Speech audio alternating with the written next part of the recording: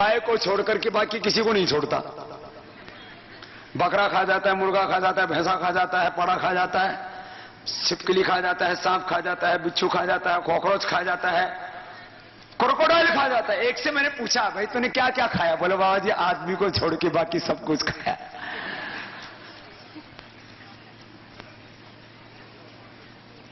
बता। मुसलमान से पूछा क्या खाया? बोले सुअर को छोड़ के बाकी सब खाया। ये हिंदू और मुसलमानों की सब। अच्छा, गाय को क्यों नहीं खाते? बोले ये तो माता है। अरे गाय माता लगती है तो भैंस भी मौसी मासी कुछ तो लगती होगी। अरे सब देखो, खाने का कोई ठिकाना नहीं। कुछ तो अंडा ही खा जाते हैं। बोले बाबा जी अंडा तो मांसाहार नहीं होता। मैंने कहा कहां पैदा होता है? किसी पेड़ पर लगता है? अंडा कहां पर? पेड़ पर लगता है क्या? तो सिंघाड़े की तरह पानी में लगता है। कहां से पैदा होता है बच्चों बताओ? ए बच्चों, अंडा कहां से पैदा होता है? मुर्गी से। मुर्गी के कहां से? आगे से पैदा होता है कि पीछे से? बोलो। ये सामने वाला बता रहा था, बोलो। पीछे से बता रहा है। और पीछे से कहां से पैदा होता है? जहां से लैट्रिन करती है वहां से होता है। लैट्रिन के रास्ते से निकली हुई चीज खाई जा सकती है क्या? तुम्हारे लैट्रिन के रास्ते से तुम बादाम खा लो और निकल जाए तो खा लोगे? अपनी लैट्रिन के रास्ते से तो बादाम भी निकले तो नहीं खाते और दूसरे मुर्गी का गू खाते रहते हो। आदमी के खाने का कोई ठिकाना। अच्छा बताओ, हम शाकाहारी हैं या मांसाहारी? चलो मैं आपसे पूछता हूं थोड़ी देर। स्वभाव से शाकाहारी है। इसका क्या प्रमाण है? जितने भी मांसाहारी जीव हैं सब जीभ से पानी पीते हैं। हा? कुत्ता किससे पानी पीता है? बोलो। जीभ से, ऐसे करके। शेर भी ऐसे, बिल्ली भी ऐसे। बिल्ली चूहा खाती है, मांस खाता है कुत्ता, शेर सब मांस खाता है। जितने भी मांसाहारी जीव से पानी पीते। गाय, भैंस और गधा, घोड़ा ये कैसे पानी पीते हैं? मुंह से पीते हैं ऐसे। फिर जितने भी मांसाहारी जीव होते हैं ये रात को देखते हैं। शिकार करना होता है ना तो इसकी रात को आंखें चमकती हैं। आदमी की आंखें रात को नहीं चमकती।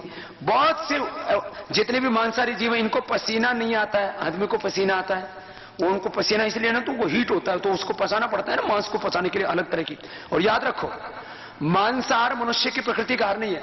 आदमी को केवल मांसाहार खिलाया जाए और कुछ ना दिया जाए तो एक सप्ताह से ज्यादा जी नहीं सकता। ज्यादा से ज्यादा 1 महीना। 1 महीने के बाद तो कोई जी ही नहीं सकता। आपको खाली मांस खिलाया जाए, शाक भाजी फल कुछ भी नहीं, तो बोलो जियोगे? अभी भी माछी खाते हो, चाहे बकरा खाते हो, मुर्गा खाते हो, जो भी खाते हो उसके साथ में शाक सब्जी जरूर लेते हो, रोटी भी खाते हो, भात भी खाते हो। हम केवल मांस खा के जिंदा बोलो नहीं रह सकते। इसका मतलब हम मांसाहारी नहीं है। आदमी को छोड़ के बाकी कोई जीव जंतु तंबाकू नहीं खाता। गधा, घोड़ा, कुत्ता, शेर, बघेरा और यहां तक कि हाथी। हाथी भी सब तरह की घास खाएगा लेकिन तंबाकू नहीं खाता। बकरी सब तरह के पत्ते खा जाती है लेकिन तंबाकू नहीं खाती। गधा कोई भी घास खा जाएगा लेकिन गधा भी तंबाकू। लेकिन आदमी, कोई बीड़ी पी रहा है, अरे इससे कैंसर होगा। ये खाने के लिए नहीं बनी है। ये तंबाकू और ये नशीली चीजें धरती का विष, पॉइजन सोखने के लिए बनाई है। ये तेरे खाने के लिए नहीं है। उसको ही खा जाते हैं। तो आदमी के पीने का ठिकाना नहीं, खाने का ठिकाना नहीं। शराब, कोई भी जीव ये खराब काम नहीं करता। तो भगवान ने हमको स्वतंत्रता इसलिए नहीं दी कि दारू पिए, बीड़ी पिए, मांस खाए, मदिरा पिए, ऐसे नहीं। भगवान ने हमको स्वतंत्रता इसलिए दी है कि हम ऊंचे उठ सके। देखो फ्रीडम तो देना ही पड़ेगा। तो यदि हम अपने फ्रीडम का दुरुपयोग करें तो हम पशुओं से भी नीचे गिर सकते हैं। काम, क्रोध, लोभ, मोह, अहंकार, राग, द्वेष और कितनी गिरावट हिंसा में, क्रूरता में, दुश्चरित्रता में कितने ही नीचे गिर सकते हैं। भगवान ने हमको नीचा गिरने के लिए नहीं बनाया, भगवान ने हमको ऊंचा उठने के लिए बनाया है। एक बार ये तो जीवन की साथ में जुड़ी हुई बात। देखो पशु में मैंने कहा गिरावट नहीं आती है, आदमी में गिरावट आने की भी कोई सीमा नहीं और आदमी में ऊंचा उठने की भी कोई सीमा नहीं है। हमें ऊंचा उठना है, एक बात तो ये कही। अब दूसरी बात, हमारी दो तरह की समस्याएं हैं। एक तो नीचे गिरने की समस्या है, एक बीमार होने की समस्या है। ये गिरावट ना है, इसलिए आपको एक अच्छी बात बता रहा हूं। आज द्वारिका से मैं चलाऊं और अभी 6 महीने हो जाएंगे, सितंबर, अक्टूबर, नवंबर, दिसंबर, जनवरी, फरवरी, अभी 2 मार्च को मुझे 6 महीने हो जाएंगे और 50,000 किलोमीटर से ज्यादा चल चुका हूं 6 महीने में। कितना? 50,000 किलोमीटर बाई रोड। और दिन में सभाएं करता हूं, ऐसे कोई सैर सपाटे भी करते हुए नहीं जाता। सुबह 3 बजे जागता हूं, फिर 4:45 बजे शिविरों में पहुंचता हूं, फिर दोपहर को जैसे अब यहां से आगे जा रहा हूं ऐसे आगे जाऊंगा। खुद जागा हूं, औरों को जगाऊंगा। और 2 लाख किलोमीटर की यात्रा है और सपना है मैं इस भारत को रोग मुक्त करूंगा, नशा मुक्त करूंगा। और चारों तरफ भारत में जो भ्रष्टाचार और बेईमानी छाई हुई है और लोग ये मान चुके हैं कि भ्रष्टाचार नहीं मिटेगा, काला धन नहीं आएगा, हम भ्रष्टाचार भी मिटाएंगे और देश का धन लूटा हुआ भी देश को वापस दिलवाएंगे। और ऐसा कानून बनाएंगे कि जो भ्रष्टाचार करे उनसे वसूली करो और उनको सूली पर चढ़ाओ, जिससे आगे तक लोगों को आंख हो जाए कि जो देश के साथ गद्दारी करेगा उसका यही हश्र होगा। ऐसा कानून हिंदुस्तान में बनवाएंगे। क्यों नहीं बनेगा? अरे पड़ोसी देश चीन में जब भ्रष्टाचारी, बलात्कारी और मिलावट करने वालों को मृत्युदंड हो सकता है तो हिंदुस्तान में क्यों नहीं होगा? होगा।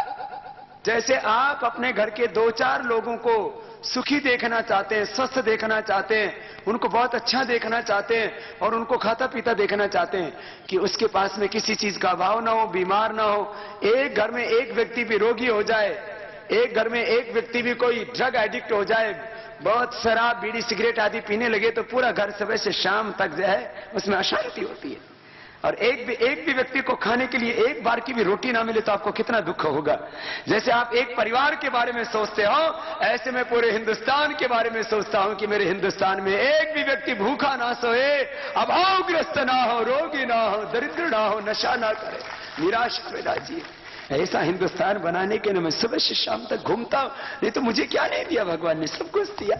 ऐसा सबको मिलके बनना है, खुद अच्छा बनना है, देश को अच्छा बनाना है, खुद को ताकतवर बनाना है, देश को भी शक्तिशाली बनाना है, खुद को भी लुटने से बचाना है।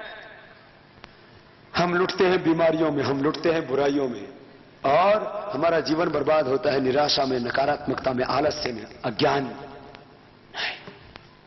अपने को भी नहीं लूटने देना, रोगी नहीं होना, नशा नहीं करना, विदेशी वस्तुओं का प्रयोग भी नहीं करना, इससे देश लुटता है।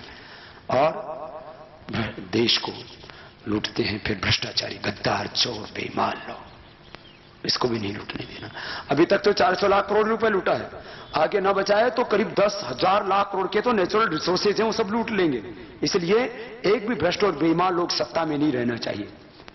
हम अच्छे हैं तो हमारा देश अच्छा क्यों नहीं होना चाहिए? हमारा संकल्प है आदर्श व्यक्ति, आदर्श परिवार, हम अच्छे हों, हमारा परिवार अच्छा हो, आदर्श समाज, सब सद्भावना से रहते हों, आदर्श राष्ट्र, तो आदर्श शासन व्यवस्था क्यों ना हो, हमारे जीवन अच्छे हों, हमारी शासन व्यवस्था भी अच्छी हो।